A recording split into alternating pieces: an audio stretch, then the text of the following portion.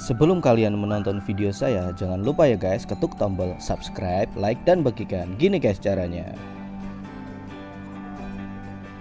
Ini guys, tombol subscribe. Jadi saya harap teman-teman bisa ketuk tombol subscribe dulu. Gratis kok guys. Dan ini tombol bagikan. Jadi jika video saya bermanfaat bisa dibagikan. Di dalamnya banyak fiturnya guys, jadi bisa dibagikan di WhatsApp, Facebook, dan lain-lain. Tentunya jangan lupa juga ya guys, ketuk tombol like atau suka. Semoga yang ketuk tombol like, subscribe, dan bagikan rezekinya dilancarkan sama Tuhan Yang Maha Kuasa. Terima kasih.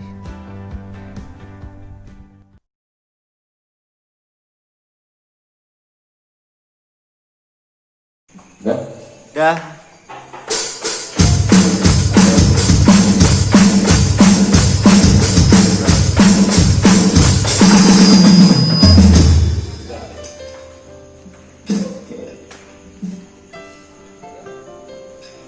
Halo guys, selamat datang di channel Ali Mazhar. Oke, kali ini saya bersama instruktur musik di Mahmiyah, namanya Bapak Kidmi. Bapak Kidmi ini dia sudah mengajar di Balai Mahmiyah sudah lama. Jadi langsung saja kita tanya-tanya kepada Bapak Kidmi. Halo Bapak Kidmi, gimana kabarnya Pak? Assalamualaikum, alhamdulillah baik. Aduh mantep.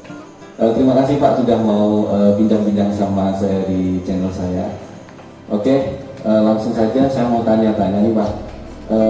Gimana sih ceritanya Bapak Kidmi bisa ngajar di Balai Mahmiyah sini Pak? Mungkin bisa diceritakan.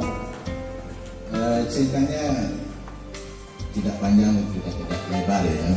Karena gimana pun saya juga belum menyampaikan bahwa saya sendiri sebelumnya juga sebagai penerima manfaat di Mahmiyah tahun 2008 sampai 2010. Jadi selama 2 tahun saya direhabilitasi di sini karena pada waktu itu BRSPDSN Mahmiyah Bali dulu namanya disebut PSBN Mahmiyah Bali atau Panti Sosial Bina Mitra Mahmiyah Bali, dan itu juga dari tahun 2007 melayani multi layanan sampai 2010. Jadi berbagai macam penyandang disabilitas yang ada di sini, termasuk saya juga karena saya disabilitas tunadaksa dengan masalah di amputasi. Oh gitu ya Pak, wah luar biasa. Berarti sudah berapa tahun Pak di sini? Dari 2008 ya Pak ya? 2008, coba Mas Ali hitung berapa tahun? Wah, lumayan lama guys. Terus kenapa Pak? Padahal Bapak Kidmi ini kalau bisa dibilang termasuk musisi handal kan lebih menjanjikan Bapak Kidmi menaikkan karir sendiri di bidang musik Pak. Kenapa Bapak Kidmi kok tersentuh hatinya untuk mengajar di Balai Mahmiyah? Mungkin bisa diceritakan Pak. Bagi saya semua profesi itu menjanjikan Mas Ali. Karena ini sebuah panggilan hati dan juga sebuah amanah di mana selama rehabilitasi di sini saya dipercaya untuk mengajak teman-teman untuk membangkitkan musik khususnya itu. Jadi kalau dibilang di luar tidak menjanjikan, juga sangat menjanjikan. Ya. Karena sebelumnya saya sendiri ya, itu Bapak sendiri sudah bikin album juga, 2 album dulu. Wes mantap, keren. Ya dari 2002 ya, itu 2 album. Itu zamannya kaset-kaset pita, belum ada CD ya. Jadi kalau dulu serunya bajak-bajakan ya. Jadi sekarang pun lebih gampang ya orang membajak hasil karya. tetapi tetap kita menggaungkan marilah kita jangan membajak hasil karya orang lain. Betul sekali Pak, mantap. Saya dengar juga nih dari mantan penerima manfaat di sini dulu, Bapak Kidmi sudah banyak mengantarkan mereka untuk meraih prestasi-prestasi yang luar biasa, khususnya di area Bali sini. Saya dengar juga pernah grup band Mahatmya sini diundang sama Bapak Kementerian ya dari Republik Indonesia untuk mengisi acara di Kalimantan juga itu Pak ya. Mungkin bisa diceritakan Pak prestasi apa aja yang sudah diraih dari grup band Mahatmya sini Pak? Kalau prosesnya itu lumayan ya, karena kita dulu direhabilitasi dengan waktu yang hampir lumayan 3-4 tahun ya. Jadi di sana perlu juga ada kader-kader. Jadi rolling band itu terus ada, sehingga kalau sekarang dari dulu sekarang sudah dibilang kalau kita punya nama bandnya itu The Mahatmya Band Crash 10 ya, berarti yang ke-10, angkatan ke-10. Keren. Jadi angkatan yang pertama itu bukan, maaf ya, kembali lagi apa yang ditanyakan Mas Ali, bukan hanya di Banjarmasin saja. Jadi kita mengawali bikin sebuah kelompok seni di band itu, mengajak teman-teman kita di sini untuk berkarya dan kalau bisa berprestasi. Dan akhirnya 2010 dan 2011 itu ada festival band tingkat nasional di Jakarta khusus untuk penyandang disabilitas yang dibikin oleh Kementerian Sosial ya. Itu kita dapat the best drumnya.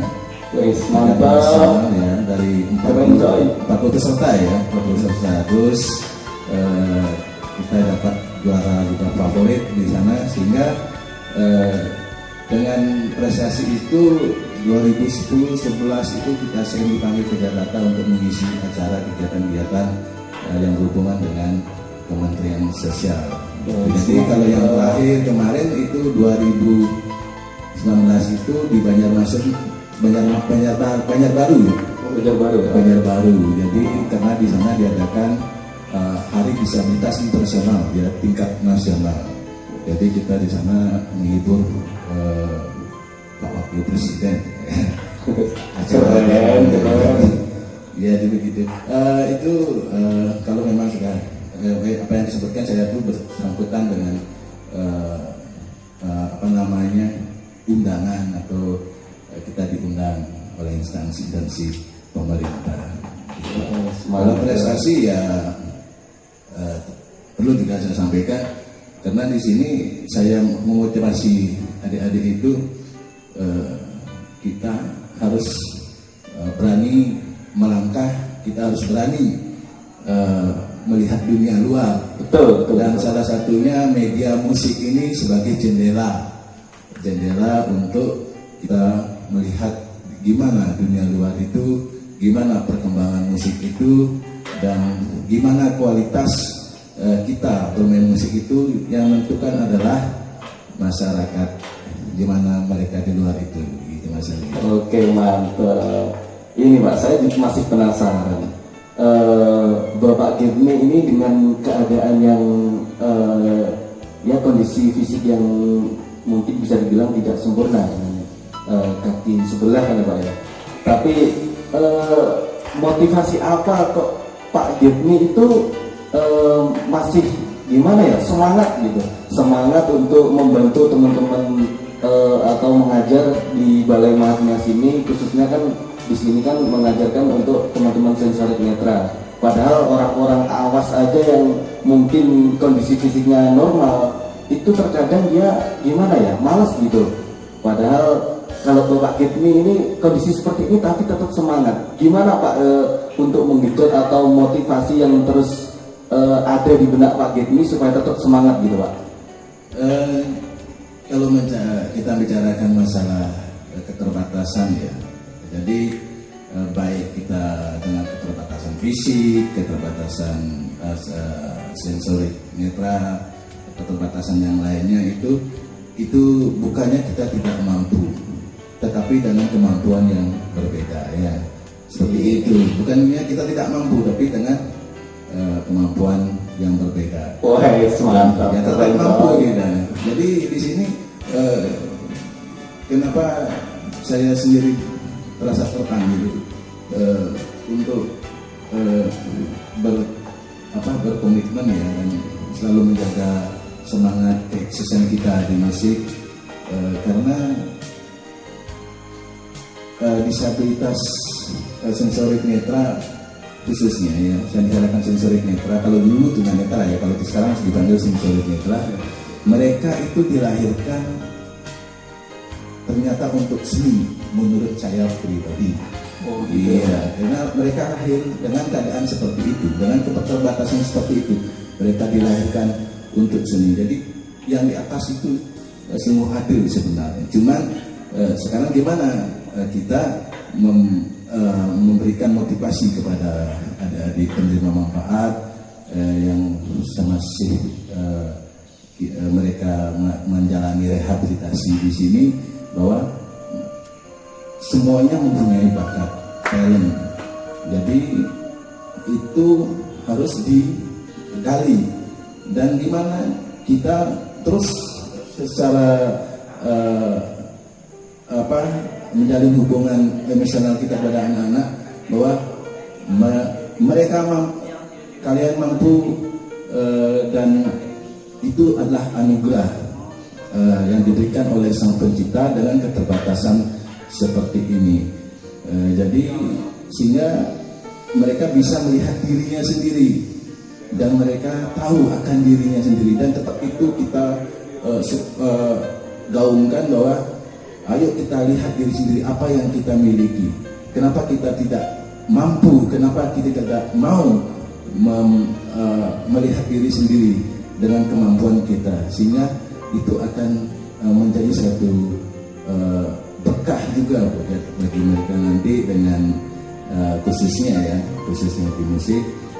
Mereka dari tidak tahu mengenal gitar, tidak mengenal drum, tidak mengenal keyboard, karena mereka itu selama mereka sebelum direhabilitasi betul-betul mereka terkungkung di baik di keluarga, baik dengan masyarakat, karena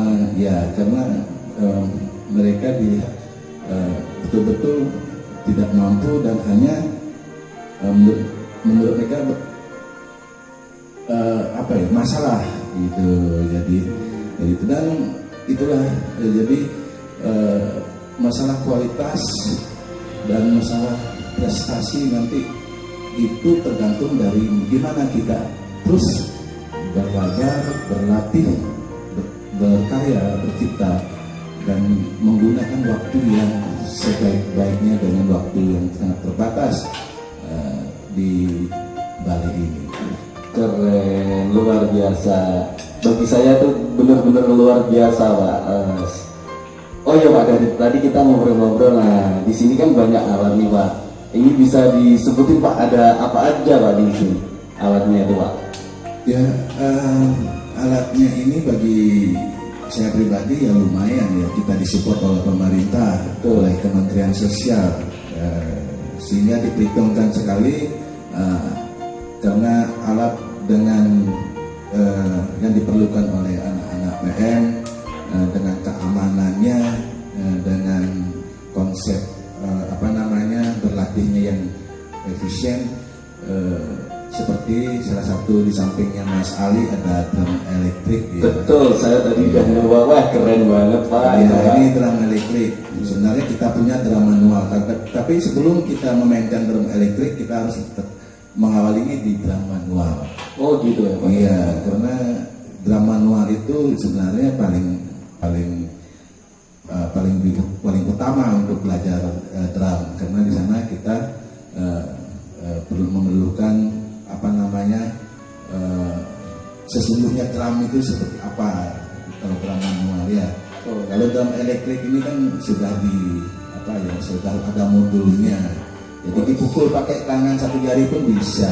Wah iya betul ini Pak. Wah. Kalau seram manual nggak bisa bro. Keren coy. Nggak rugi sih coy. Jadi fungsinya juga kalau kita tampil di luar dengan sarana yang simple ya, bisa dilipat lah aturannya itu, kita bisa main di luar juga kalau dapat undangan, syukur-syukur dapat job ya bagi adik-adik ya. Dan di sebelahnya ada keyboard ya. Wah, ada Keyboard itu Yamaha. Yamaha. Kalau ini tadi drumnya kayak Yamaha juga Pak, Yamaha NTX 522. Wah ini ya, tipe terbaru juga, ini kalau nggak salah harganya sampai 10 jutaan ini. Iya, kalau masalah harga jangan dibilang. Wah keren coy. karena ini drum yang semi lah dibilang ya, dari harganya di tengah-tengah posisi. Karena kalau harga mungkin ada di atas sampai puluhan ya. Iya betul. Tergantung dari keprofesionalan orang nanti menggunakannya itu. Tapi sementara kita disupport dulu diberi drum yang yang elektrik seperti ini. Dan di belakang kami tetap pasti ada gitar. Wah mantap, lengkap coy. Gitar bass, gitar elektrik, dan efeknya juga. Dan efek gitar juga kita mengkondisikan dengan adik-adik, jadi tidak terlalu banyak bang ya, seperti itu. Jadi semuanya kita perhitungkan itu. Jadi nah di belakangnya lagi ada beberapa perangkat alat recording. Wah bisa recording juga Pak di sini. Sangat bisa, sangat bisa, karena saya sendiri kalau anak-anak band saya siap bermain juga banyak, lumayan menguasai lagu. Paling tidak setelah mereka sebelum tamat punya hasil karya sendiri, luar biasa ya. Alat recordingnya ya agak semi ya, karena tidak begitu juga lengkap, karena kita bikin demonya di sini. Terus kalau dimaksimalkan kita untuk finishingnya tentu kita mencari recording tempat yang lebih lengkap lagi. Tapi kalau ini ya lumayan lah, kita juga belajar, anak-anak juga belajar gimana proses recording. Jadi dari mereka proses belajar, dari proses mengenal alat, proses belajar, proses bercipta, berkarya, bikin lagu, jadi itu semua ada di sini. Keren sekali. Wah bagi saya tuh ini alatnya sudah luar biasa, apalagi yang mengajar tambah luar biasa. Wah ini kapan-kapan boleh saya review Pak ya untuk drumnya ini Pak.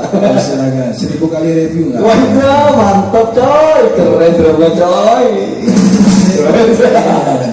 Oke, ini alatnya ini tetap terjaga ya, dan tetap juga masalah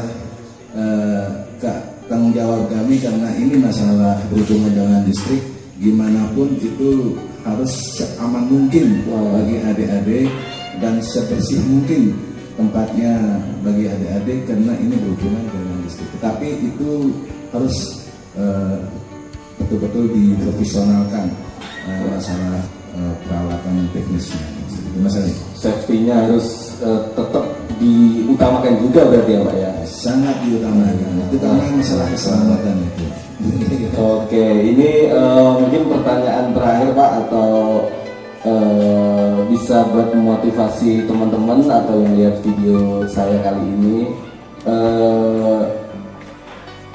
gimana sih Pak caranya agar teman-teman yang melihat video ini tuh bisa tergugah untuk kembali semangat, khususnya untuk tunanetra gitu Pak. Kan padahal kayak Pak Gedmi ini kondisi seperti ini tapi tetap termotivasi gitu. Jadi pesan kesannya buat teman-teman yang di rumah atau mungkin teman-teman PM yang di sini supaya semangatnya bisa kayak Bapak Gedmi gitu, gimana Pak? Mungkin bisa dikasih pengalaman atau masukkan sedikit-sedikit gitu Pak. Ya, ini mungkin bagi saya motivasi silang ya, karena kalau saya mau motivasi adik-adik dan otomatis adik-adik pun motivasi saya seperti itu. Jadi motivasi sebenarnya itu sangat sekali kita kita dengungkan ya. Sewaktu-waktu kita harus gimana memberikan semangat biar termotivasi juga buat buat teman-teman yang di luar ya, yang menonton channelnya Mas Ali. Kalau dibilang masalah prestasi,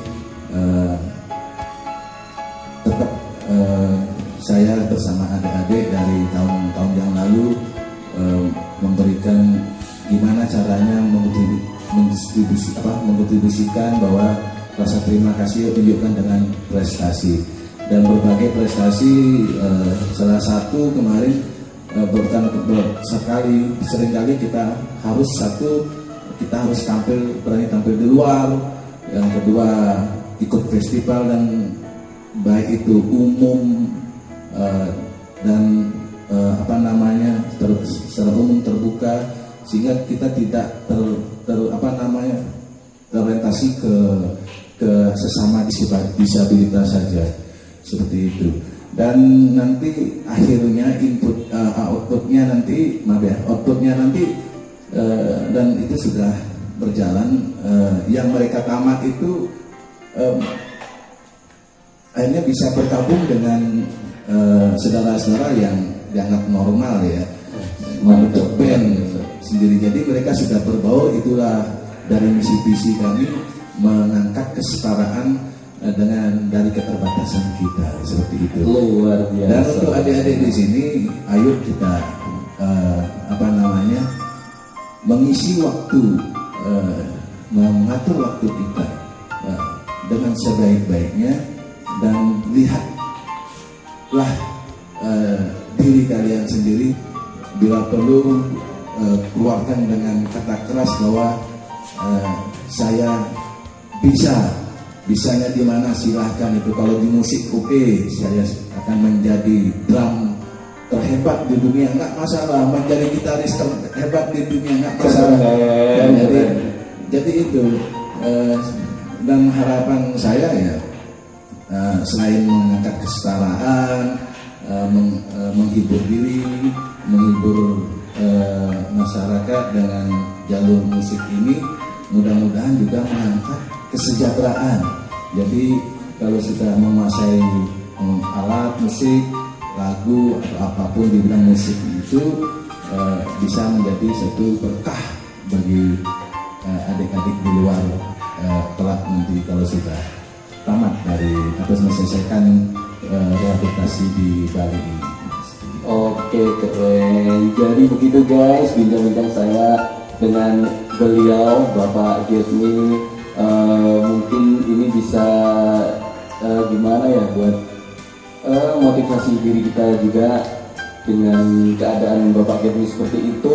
Tapi dia masih mau mengajarkan teman-teman sensorik netra atau tunanetra gitu ya guys, dengan semangatnya dia untuk membawa teman-teman.